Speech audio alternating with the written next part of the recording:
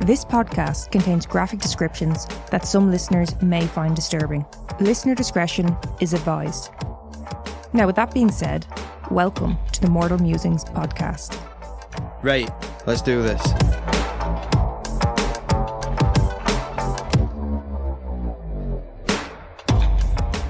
Do you remember on one of the recordings we did for Patreon, you talked about how you wouldn't want to go to Australia because of black widows? Yeah, but I also said I don't know if I'm bigging that up in my head, if they're as much of a threat as I think they are. But me and you, when we wasn't recording, we continued talking about black widows, and I told you all black widows are female, and you said, I don't think that's true. And I said, well, why do you think they're called widows? Because they kill their mate. Yes. Yes. But the females, they kill false widows. What are the males? I didn't bring this up again. One of our listeners, Craig, yeah. He messaged me out of the blue and he said, you're right. He said something about black widows. And then I brought up, but I told you, but they're all female. And he said, yeah, that's true. That all of them are female. If they're black with a red mark on their ass. So all false widows are female. Male. Or sorry, all black widows are female. Yes. So they interbreed with another species. No, the false widow. Interbreed, is that the right word? False widow is the male. No, because you're saying false widow, but that's what we have over here. That's what ours are called, false widow. I think over there, so they'll have black widows. Yes. If they have a red mark on their ass, they're female. But they're the ones to be worried about. But they're all black widows then, but the females are identified by the red mark. Is that what you're saying? Yes, but that's what I said to you. No, you said all black widows are female. And you said, why do you think they're called black widow? Or something like that. Let me check. Males are brown in colour and get eaten by the black widow as soon as they mate. So is a male just called a widow? False widow. No, but okay, well then there's two different species of spider called false widow, because we have false widows over here. Yeah, but they're the same. Our most poisonous spider, which is nowhere near as poisonous as other breeds. Species. Other types of spiders anyway, species of spiders. Like, our most poisonous one, unless you happen to be allergic to it, is going to irritate you a little bit. It can put you in hospital. If you're allergic. But otherwise, it's going to be like, oh, that's painful on my leg, but you're fine. Do you get what I'm saying? That's what we know in the UK and Ireland as a false widow. But I'm guessing that's the male species. Because he said brown in colour. I didn't hear anything about them coming over from Australia. But like, this is that would be a much bigger concern if we had that. Like, there would have been a lot more uproar. And they're not brown either, the ones we have. Yeah, they are. No, they're not. They're like different shades of brown. They're black with like white on them. No, they're not. They absolutely are. Right, I can tell you they're not. I've had many on the soles of my shoes. They're brown with a light brown tone to it. So I don't know fuck all about different species of spiders, right? Well, you clearly don't know where they're from because you keep, I don't know why, but you keep fixating on Australia for black widows. No, because that's what the conversation was, Neil. The conversation was about my fear of fucking, well, a lot of creatures in Australia, but particularly spiders, yeah? Yeah. And I was talking about, I remember it was like an I Survived type situation where a woman got bit by one, it was a big thing, and, she had to go to hospital. Yeah. Yeah. That's what the conversation was, about the threat in Australia of like how dangerous some of the spider bites are there compared to here.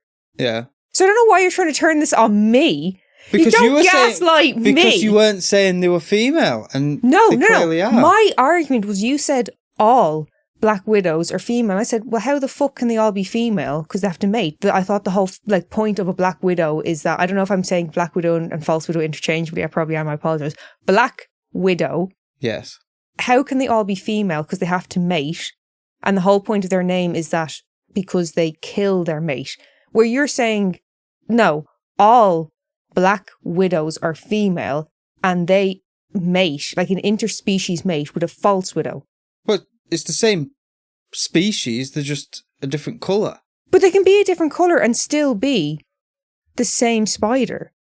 This is where I think wires are getting crossed. I'm not standing by, this is absolutely what it is. I'm standing by, not standing by it. My belief was they got their name from killing their mate, hence widow. They've killed their mate, they're on their own, they're widowed. Whereas your logic was, all of them are female. I don't understand how... Black widow, right. The conversation was about black widows and black widows only. And I said they're all female. Every single one of them. Female. Yeah. But now you're saying... you looked at me like I was a fucking idiot. And then he messaged me and basically said exactly what I'd said. I'm sorry. Does Craig study spiders? Does he know all about them? It's probably around... No, I'm not saying he could well be right. Like I said, I don't know anything about this. But have you gone and looked this up? Absolutely not. I took his word for it. I'm not saying I'm fucking right. I don't know anything about them. But you said a few different things here in this sentence. Or in this conversation. Between, no, you identify the females because they have red on them. And then you go, no, they're a different thing. The males are brown. But no, they're the same spider. I'm getting very confused here. If it's a black spider with a red ass, yeah, it's a female. Right, yeah, okay. If it's brown, yeah, it's the male. Yeah, but you said that all black widows are female. Yes. I thought a black widow is a species of spider. It is, eighth of it. Like No, but that's what, this is where the argument is coming in here. I thought a black widow was a type, that was a species of spider. Yeah? Yeah. Whereas you're saying, no, I assume the point you're trying to get to is, no, it is not a species of spider. It is the female of that species of spider. Yes. It's a more cutesy name given to it because she kills her mate. It's not cutesy, it's fucking savage. But again, you actually haven't looked into this at all. You're just taking someone's word for it. Not saying you're wrong. Absolutely took his word for it. I don't know his knowledge. Very credible. He could be. I don't know. But my point being is, this is how rumours start. This is how dangerous people end up on juries and people get fucking sent to fucking death row because of people like you. Well, so-and-so told me. I think this is a lot of bother. I think we need to move on. So, Well, yeah, I think we do. You're absolutely right because you don't actually know what the fuck you're talking about. You just want this to be the case. I do. And I don't know. All I said was, I think this. I do, you prick. Because I studied it in school. School? In school, yeah. So, we'll move on. Mm-hmm. We'll stick a pin in this. What we're covering today. Today, we're going to be talking about the bear enthusiast, Timothy Treadwell. Idiot. You don't know anything about him. Have you ever even heard his name before? No, but he's sniffing around bears. Leave him alone. Leave him well alone. You like bears? Yeah, and I wouldn't go and pat one on the fucking head. Would you not like to? This is the sort of idiot who watched Paddington Bear as a kid and was like, I want one. Here's the thing, right? This episode is basically the result of a crossover of Travis the Chimp and Death in the Wilderness. It was, I initially looked at this, I was like, oh, I could do that as like an oddity. And I was like, no, there's too much, I'll do it as a mini. And then I was like, no, this is going to be a main episode. And I tried to do it then also, maybe part of... Can I ask one question about this guy? Mm-hmm. I don't know anything about him. I can't even remember his name, what you just said. Timothy. Oh, okay. I was going to say, bet he's white. He is, yeah. Yeah. With blonde hair. Because there's only the whites. No one else would go and look at a bear. Is it a grizzly bear? It is. Look at a grizzly bear and go, I want to befriend that. Did you know grizzly bears are just brown bears? Yes. And they're fucking enormous. They are. They're big lads. Like, imagine one headbutting you. I'd rather not. But yeah, it's just, I'm going to befriend that bear. I'm going to tame that bear. You're not. Do you ever look at some bears? I don't know if you ever see this, but I do. You look at them and some of them are kind of like, cute, almost teddy bear looking, big fluffy head and all that. And then some of them kind of look like they're... Not one. Some of them kind of look like they've been... if you draw a bear, if you got a kid to draw a bear, Kind of like it's been drawn slightly wrong. Like the way their snouts are. Yeah, they look like they've got something wrong with them. Yeah, there's kind of like a slightly odd... I've never once looked at a bear and gone, that looks cute. No, I'm serious. There's some, I think more like black bears. Sometimes their snout's really long and stuff. They kind of look... Do you know what I mean? Polar bears have a long snout. But they don't look as odd. Actually, no, sorry. Looking into it, like, do you know how different in size and all male to female polar bears are? No. Like, huge when fucking difference. No. Just a male and a female polar bear. It's a really big difference. I didn't realise that. They actually look really different in the face as well. To be honest, I don't think I've ever seen two polar bears together. They're usually on their own. Well, are we sure they're the same species? Right. You don't know what the term stick a pin in it means, obviously. So, Timothy tried befriending a bear. Well, not just one bear, Neil. Timothy Treadwell was born on the 29th of April 1957 to parents Val and Carol Dexter. As I'm sure you've guessed, he was actually born Timothy Dexter, but he would later change his surname to Treadwell, which was a family name on his mother's side. His mother's maiden name? It said on his mother's side. Mother's I don't know if it's his... No, it may not be her maiden name. It could be her mother's name. Or her fucking whoever. Oh, okay. Timothy was one of 5 kids and grew up in Long Island, New York. During his childhood, much like his adulthood, Timothy was said to have loved animals and even kept a squirrel as a pet. A squirrel? A squirrel? I won't say it like that. Squirrel.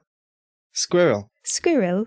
I can't say it. Like, I can't say squirrel. That is one word I 100% say correctly, and you bastardize it. No, I 100% admit I say it like Americans. They say squirrel. No, it's a squirrel. No, that's what I'm saying, though. They say squirrel, and like British people and Irish will all say squirrel. It's not a swirl. Squirrel. I like it. It kind of just sounds like a noise, doesn't it? Squirrel. Growing up, Timothy was athletic and excelled as a diver for a school swim team, even attending college on a diving scholarship. I bet that came in handy with bears. Well, unfortunately, while in college, Timothy suffered from an injury to his back, causing him to lose his scholarship and have to return home. And his mind, so that's why he went and hung around with bears. But don't you think that's fucking, like, desperate? If you lose... Like, I understand, you know, the sports scholarship thing, I get, you know, whatever. But because you've been injured through no fault of your own... Well, actually, I don't know if in this situation what happened. But it could be through no fault of your own. You lose your education. I absolutely agree with it. Do you? Do you know how much money these universities and colleges invest in sports? But that's not... I don't think that should mean someone doesn't get an education. I think that's insane to put sports ahead of an education.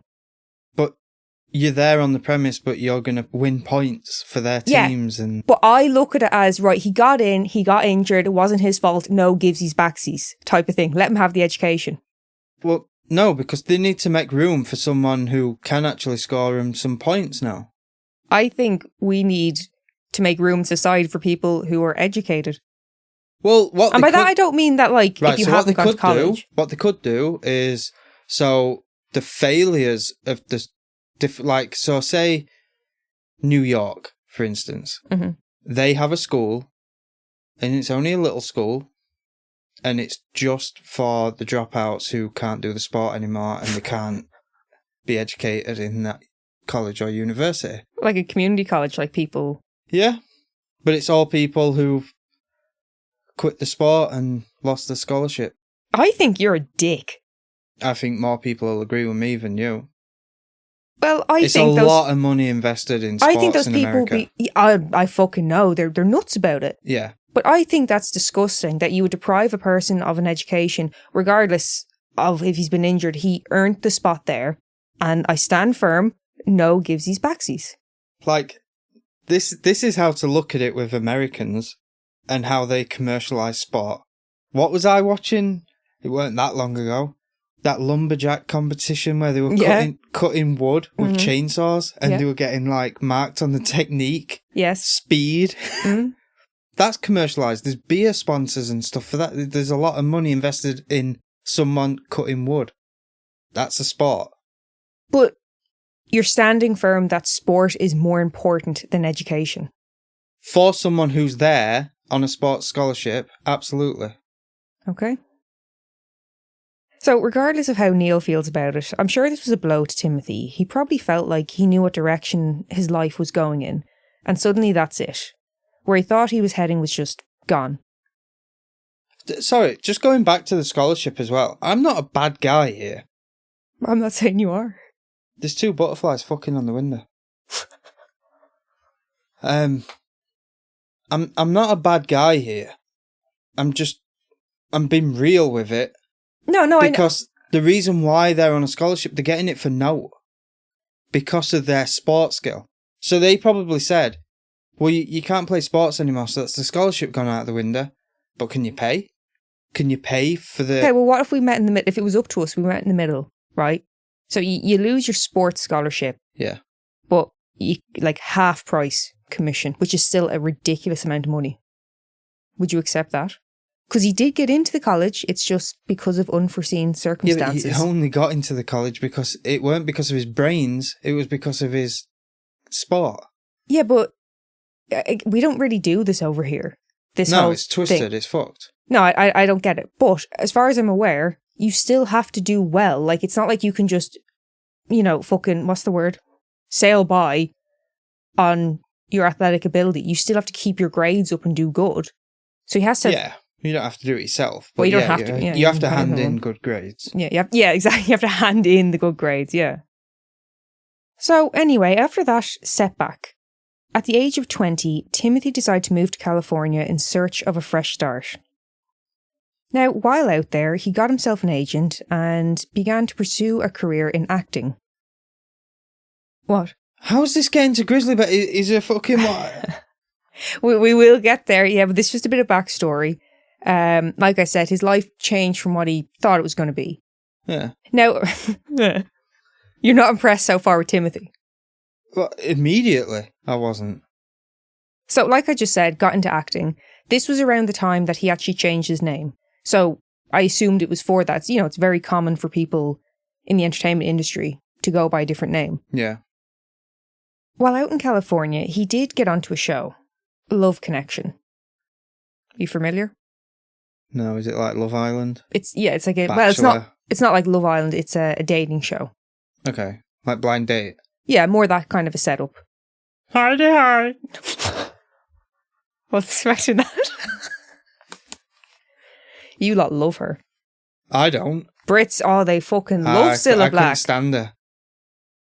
Timothy also auditioned for the role of Woody Boyd in Cheers, but lost out to Woody Harrelson. He did already have the name, to be fair. Yeah.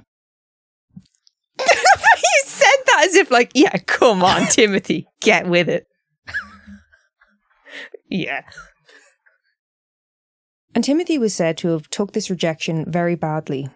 He was devastated. He thought this could have been his big break. Now feeling hard done by for a second time in his life, he began to spiral. He was struggling with alcohol addiction, which would then lead to drug abuse, and at one point had a near fatal overdose. See, why do you, as an Irish person, say alcohol addiction? Pisshead. Alcoholic. Yeah. Why do you have to say alcohol addiction? It's pisshead. I mean, it is an addiction. It's on piss. On piss. Well, again, I think we've mentioned this before. In Ireland, we don't tend to say that, alcohol addiction. We tend to say, has a bit of a problem for the drink. He's fond of the drink. Slave to the drink. He's a slave to it. I think in Sheffield it'd be mainly ont piss. Ont. Pissiad. He's ont piss.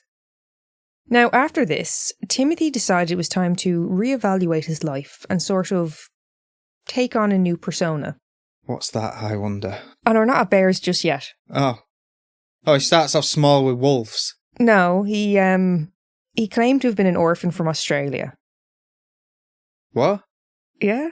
I said a new persona. It was a whole new thing for Timothy. Wait, is this like I identify as a chair?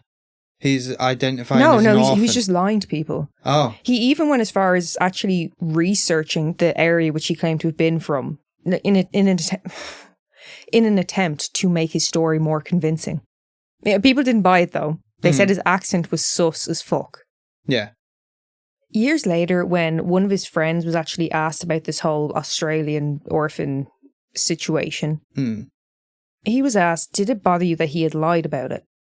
And his friend's response was basically no, because he was never harmful with his lies. It was all about him and how he wanted to be portrayed. I think a lie's a lie. Like, obviously there's ones what are more vindictive. Mm-hmm. But why are you lying? Well, I mean, here's the thing, right? Was he kind of in the bar, having a laugh, putting this accent on, pretending this was him? Or was he pretending to be someone else in a relationship? And do you know what I mean? Yeah. Was he building this fake life with someone? That's a bit fucking different. You know?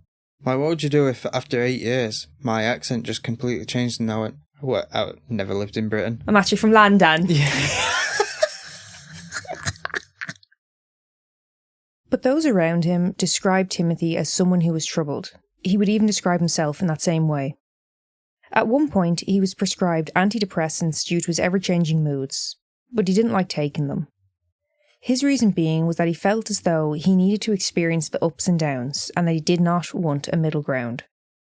Jewel Pavlovac was Timothy's ex-girlfriend and longtime friend, with who he co-created the Grizzly People organisation. Grizzly.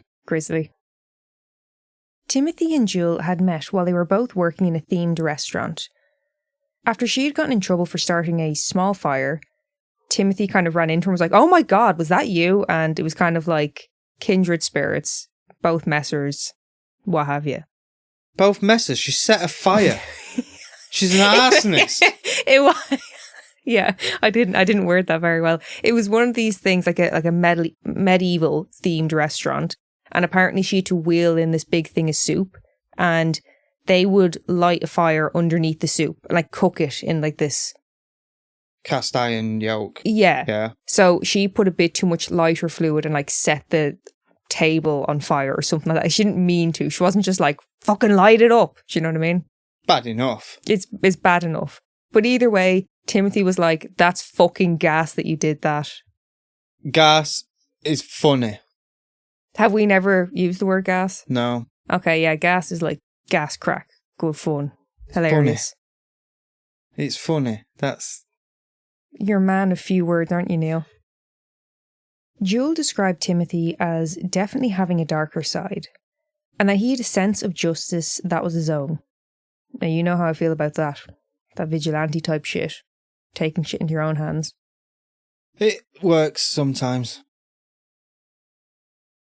Jewel recalled how they used to go to the Van Nuys courthouse to watch people get sentenced.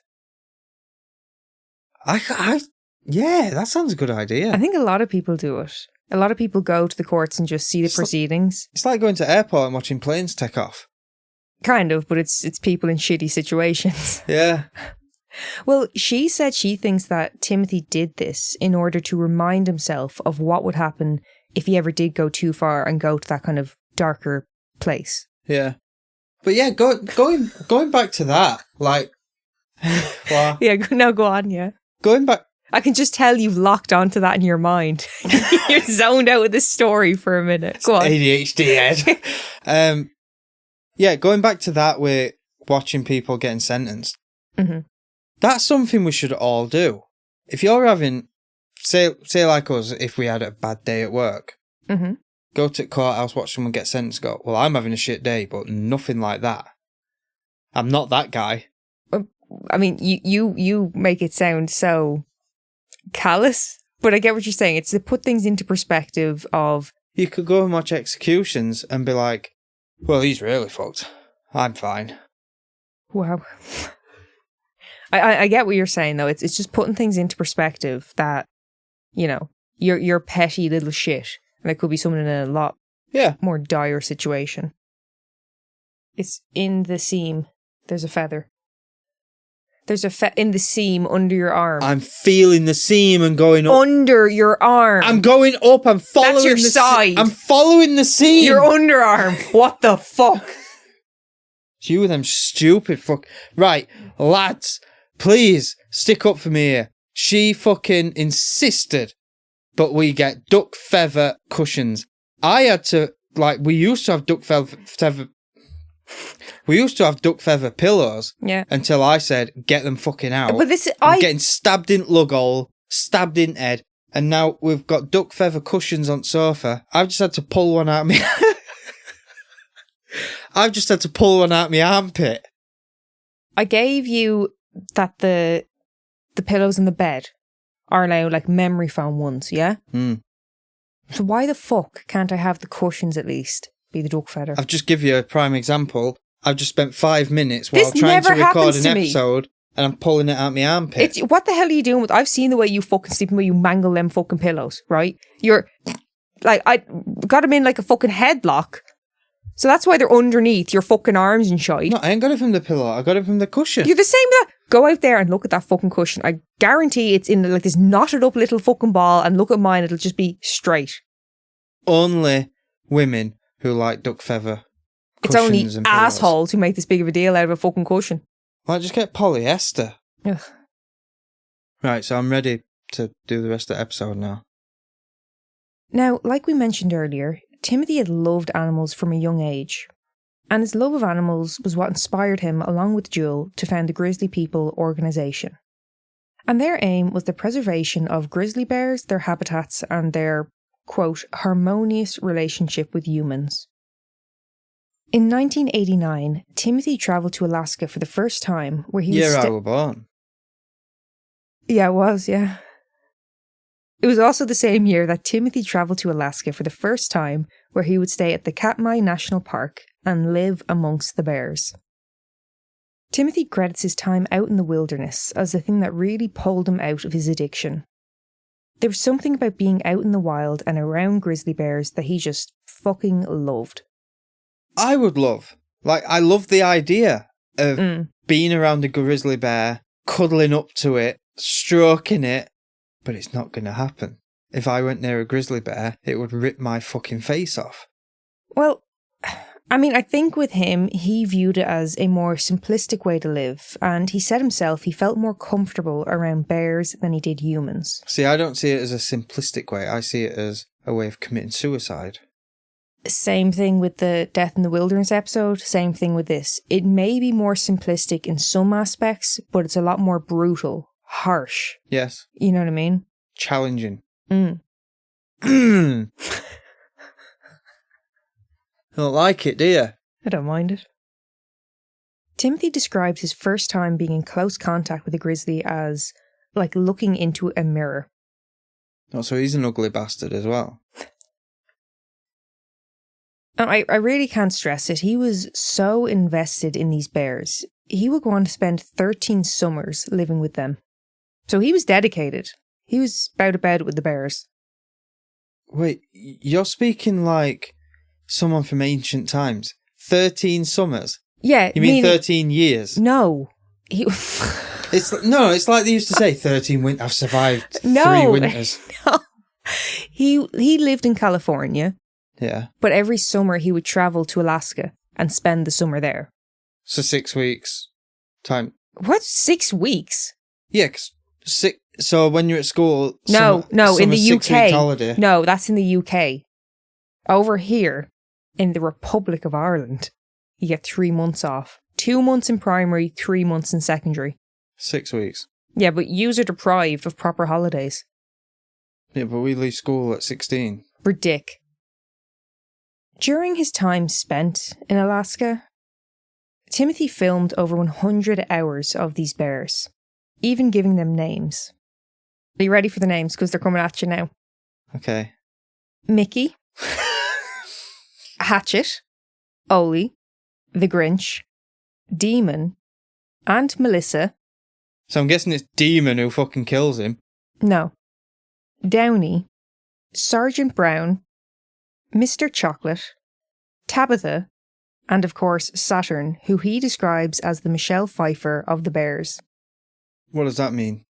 That she was a beautiful bear. And Demon was an evil-looking bastard. I assume so, a bit mean-looking. Michelle, I was supposed to say Michelle Pfeiffer.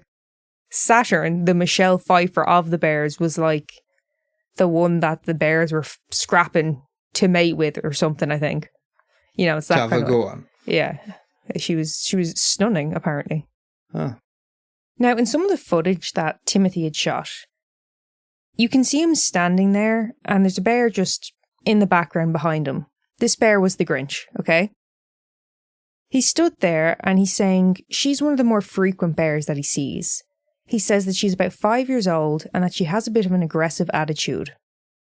He then says, if I turn around too much, she'll bite me. She then starts walking up behind him. As she gets closer, Timothy flinches at her, and he says, don't do that. He repeats himself while pointing his finger at her, basically like she's a fucking bold child. Yeah. He then says to her, it's okay, I love you, I love you, I love you, I love you, I love you. Literally like me talking to Norman. Like it's proper, I love you, like, you know what I mean? Yeah. Think of like pressing like a teddy bear's stomach and they speak. Yeah. I love you, that. He's proper like, I'm sorry I shouted at you, I am so sorry. Which I think shows weakness, because why are you apologising for shouting? They've done something for you to shout. Yeah, like she was about to bite him. He's like, ugh. Yeah. Yeah. So, this is his own fault then? He weren't, no, he weren't being disciplined with him. It wasn't the Grinch. It doesn't matter. He's apologised for scolding them for trying to bite him. Mm. So they don't think they've done anything wrong. Possibly. Or they're bears and they're just like, what the fuck is up with this guy? Maybe they're not that, like, thinking about that deeply. I don't know. That's how I think. They could be. I don't know. So as you can see, Timothy is incredibly passionate about these bears. And he believes that bears are misunderstood. And with the knowledge that he'd obtained, he would travel to schools to educate people about bears, and free of charge. Again, he was just so passionate about them and wanted people to know the sus. In watching footage of Timothy, there's some funny moments, like when he's When he's what? I was about to say, like when he's fucking scolding the bear. It's just like, boss had a really bad moment. In watching the footage of Timothy, there's some funny moments, like when he fucking scolds a bear. And then apologises for it. And then, yeah, profusely. Mistake number 1. I'll point out his mistakes. Okay. So mistake number 1, not that he scolded the bear, that he apologised for scolding the bear. Okay. Should have dug one in after scolding. Dug one in, like hit the bear a jab. Yeah. There was also some sweeter moments to be seen, like when Spirit the Fox interrupts his filming to stop by with her pups to greet Timothy. She literally comes into the shot with her pups, just comes over to him as like... A dog? No, fox. Spirit the Fox. But why are you calling it a pup? Her pups. The cubs? Pups, aren't they? Foxes don't have pups. I thought they were pups. Because a fox is kind of a dog, isn't it? No. Yeah, they're pretty close to dogs. Closer to a fucking coyote than a fucking dog. Coyotes are like dogs as well. Just a bit rough around the edges. A bit, yeah. You're thinking at Lion King. Do you know what's funny about that? I wrote cubs when I was writing this, yeah? And then when I checked my notes back, because I'd wrote down what someone had said, they said pups. And I was like, oh, it must be pups. Well, anyway, Spirit the Fox stopped by with her cub pups to greet Timothy. Kids? The young'uns. Little chabbies. Chabbies. Another moment is when Timothy wakes up and there's a fox asleep just outside his tent. Like, I mean completely relaxed. Think of like Norman passed out on the end of the bed.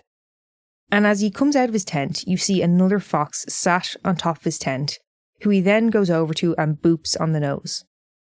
Basically, Timothy is just so giddy and excited to experience all of this. He's loving it. Until he wasn't. Well, it's turning here now. There's another funny moment, and that is when Ghost the Fox grabs his hat and fucks off with it. So he starts running after Ghost, and you can hear him saying, God damn it, Ghost, where's my fucking hat? If it's in the den, I'm going to fucking explode. It's not okay to steal it. Like the fox is going to be like, oh, yeah, I understand. It's just the way he says it is so funny to me. Because he's like, if it's in the den, I'm going to fucking explode. It's just so fucking funny. But along with the seemingly sweet and innocent moments, there's some more somber or even tense moments. Timothy would often use his camera as a sort of confessional. He would talk about how he felt that he was someone who had been troubled, and he would also bring up his drinking. There's also another part where he talks about how he's not good with women, and to be honest, it started to sound a little incel-y to me. I wasn't that keen on it. Another moment is when he finds the remains of a cub, which a male had killed in order to stop the mother from lactating, in turn speeding up the process to start mating again. Men. Or when he finds the remains of a cub that had been eaten by another bear. And there's nothing left to it, it's pretty much just a skull. Yeah. Which apparently cannibalism does happen amongst bears, but as far as I'm aware, it's more of a last resort type of thing. I don't know about that. I heard... No. I heard it's the same. It's just as popular with the bears as it is with lions. If a male... Are lions bad for it? Are you fucking joking? No, I'm not. So if you have a male going into new land, it will kill all the cubs to start fresh. They don't want someone else's cubs been around. They only want their own. Yeah.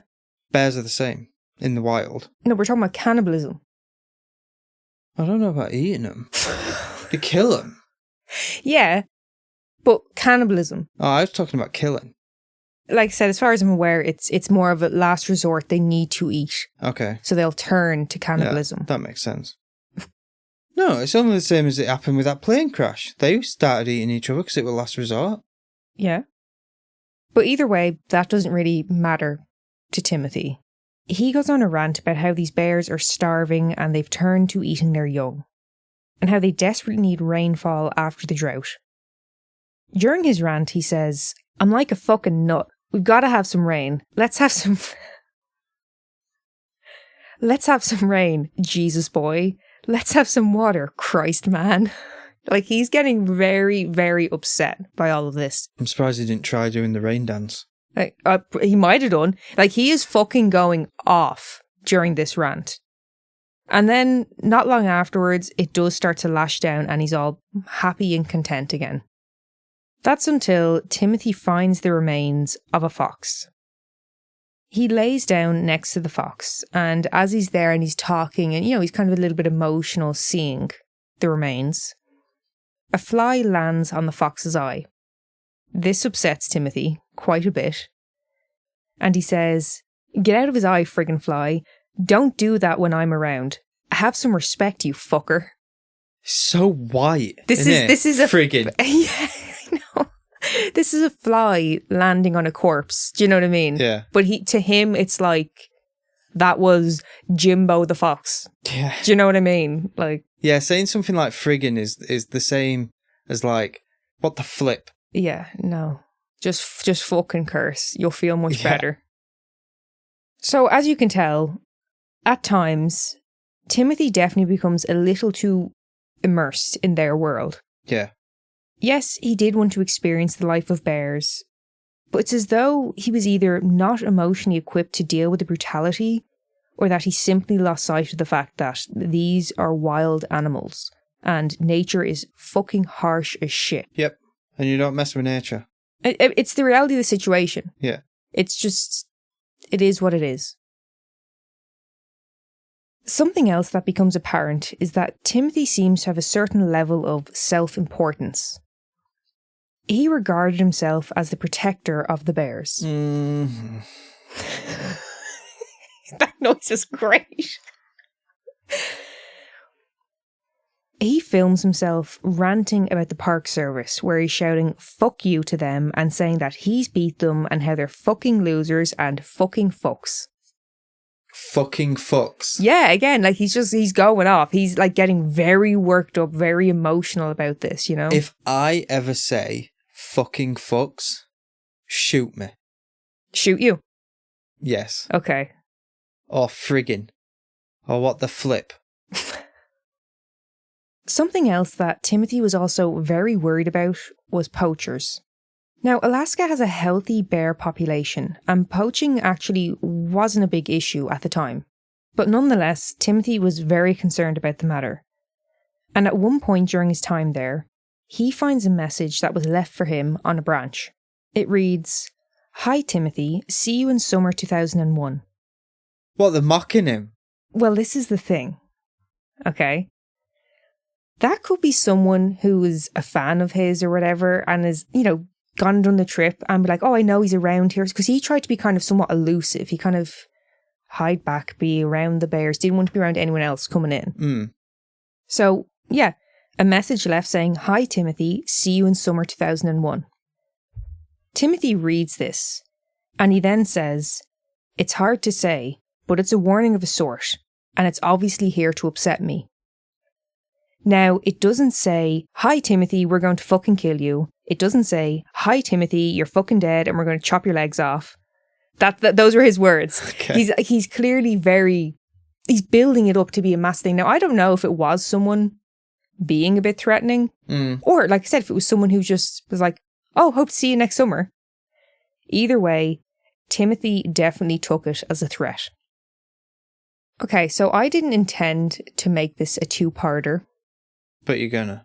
It's actually quite long, and I think we could leave it there for today.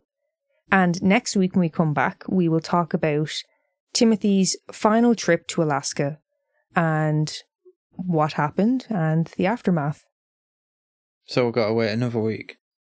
I'm sorry, I really didn't think this was going to be a two-parter. But she's the boss. If she says it's 2 parts, it's 2 parts. It's 2 parts. Well, so far, so I'll give my summary, is a div. Not a fan. Of what? Timothy, you're not a fan. I'm not, no. You're asking for trouble. Mm-hmm. I think the closest you should get to wild animals is safari. Zoo. But that's the closest you should get. I don't think you should be going out into the wild to go and cuddle up with a dead fox. I think he's got some problems. Mm-hmm. Like I said, possibly just not emotionally equipped to deal with the reality. Absolutely not. Mm-hmm. So, we'll wait a week for part 2, find out what happened to Bollockall. But, so I hope you've got 2 oddities. I do. So would you like an oddity? Yes. Runaway school bus. Okay. I don't know what that means. Right, so picture it. Glendale, Wisconsin. 14 kids are on the school bus on their way home. The kids notice that the driver isn't slowing down for the turn that she would usually make on her route. This is when a 14-year-old boy named AC stands up and calls out to the driver. "I've got your brake pedal." Yeah. You looking for this? Yeah. He then notices that the driver's head has slumped forward and that the driver's fallen unconscious. Now, at first, he didn't know if she was okay or not because it was said that she was someone who would mess about and joke with the kids. So I thought she might have been like just taking the piss. Well, this would be a bit of a sick joke. It would, just a tad. Well, I mean, if it was a joke, it's really fucking twisted because at this point, the bus starts to veer off into oncoming traffic. Yeah, it took it a bit far this time. No, it's not funny, that. So AC is like, "Oh shit." And he runs up to the driver, checks if she's okay, and she's fucking out like a light. Okay? So he grabs the wheel, straightens out the bus, moves her foot off the acceleration, and steers the bus towards the curb and hits the brakes. So obviously all the kids are in shock, and AC is still running the show. He tells all the students to call their parents, and he gets his friend to call 911. He then gets off the bus and runs up to his granny's house. She was actually a nurse, so he was like, this fucking young lad is like thinking on his feet. Yeah. He's sorting it all out. The driver was taken to hospital, and luckily all the kids are okay. Shit up, but okay. And this is where the bus driver sits up and goes, "Got ya!" Yeah, God, could you imagine? You think this is a game? Now, this young lad, AC, his family actually owns a garage. So luckily, he already knew how to drive and what to do. Like, if you're gonna be on a runaway bus as a kid, you want AC there. You know what I mean? AC. So American. But can you believe that? Like, that could have been really fucking bad. Yeah. I mean, you at 14, I'm sure you knew how to drive. Yeah. Just a bit. But AC did the right way. It was through guidance from his family who knew about cars and shit. Yeah, he's probably already been doing NASCAR for 8 years. Well, Ace's actually said that he hopes to open his own garage one day and also a barber shop. So he's going to be fucking busy. Where the fuck does that... A garage and a barber shop? I think, yeah, he cuts hair of like family members and stuff. Like those are his passions, his loves. Okay. Cars and hair. Oh, I wish him luck. Well, if one doesn't work out, he's got something else to fall back on. He said, I love being around cars and learning how things work. Like this young lad just reminds me of you. You're like that. You like to... Right. You wouldn't be comfortable with like doing all the research and reading through all this stuff for the podcast, yeah? But if I said to you, toaster's broke, can you take it apart and redo it? The TV that time. Do you remember the colour was gone fucked on it? Yeah. And you took it apart and you jiggled some yoke and fixed it? Hit it with an hammer. Whereas I would have just been like, it's fucked. It's fucked. Got to get a new one. Yeah. Yeah. I've always tried fixing stuff first. Right, so here's the thing. Just said that about AC. Stopped a fucking runaway bus and all that. The day following the runaway bus incident, AC was being interviewed by a news crew because of, you know, his heroic actions. Yeah. After the interview, the news crew's van wouldn't start. So AC ran to his dad's car, got the jumper cables out, and had to jumpstart their van. So fucking AC is putting fires out all over the place. How's that? That was a nicer oddity, huh? For once. You happy with that? Yeah. Good old AC. For once. Well, I don't know what I want to say about AC. Praise him, please. I wish him luck. Last time I told you a nicer oddity, you were like, he's a fucking jinx. That wasn't a nicer oddity. Everywhere he went, there were fucking destruction. Just because he saved the people in the incidents, it were like, yeah, but why are you always there? What were you doing there? Yeah. Little bastard. Thank you so much for listening. Find us on Patreon, TikTok, Facebook, and Instagram. If you have a case suggestion, or maybe even your own story, email us at mortalmusingspodcast@gmail.com.